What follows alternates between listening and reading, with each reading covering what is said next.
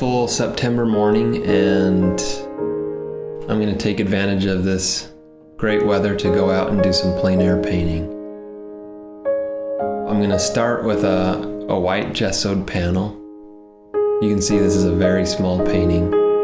First thing I do is put a mid-tone down. That unifies the painting right from the beginning, so I can push the lights out of it and push the darks into it, and it'll all work together. This particular mid-tone is a mixture of white, greenish umber, maybe a little bit of black, but it just gives a really neutral background. Then I start to block in my shapes. I don't know if you can tell yet, but I was thinking about painting a cow. It was really hard to settle on a composition because the cow kept moving. So eventually I decided to back up a little bit and get a wider view and paint a picture of a tall tree with some small cows underneath. Here you can see I'm starting to block in the shape of the tall tree.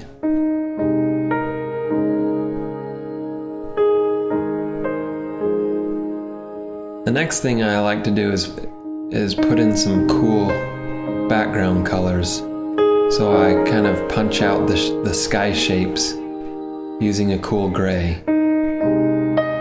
One of the next things I like to do is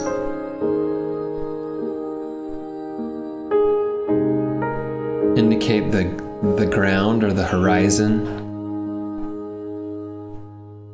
and I try to push the light so that it feels like light is spilling onto that horizontal surface.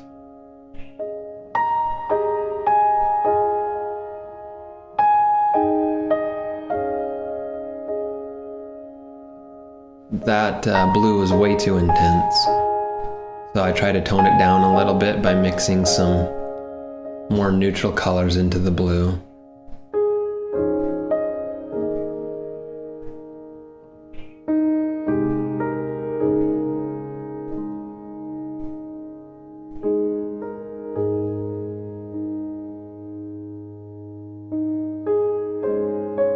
Now I get out my palette knife and start mixing colors for the light side of the tree.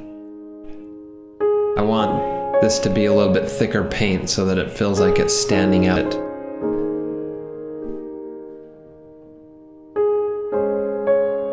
The thicker paint will feel a little bit more luminous and textural and give some body to the tree.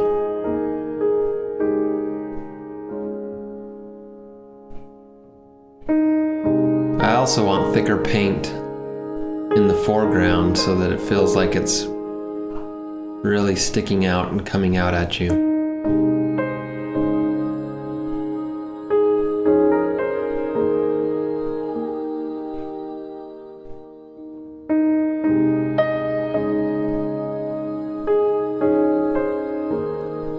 The next thing I want to do is define these cows and give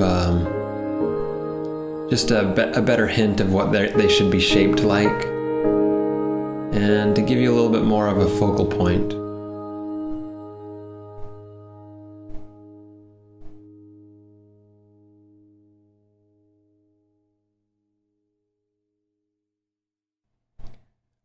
Let's look at that again really quickly.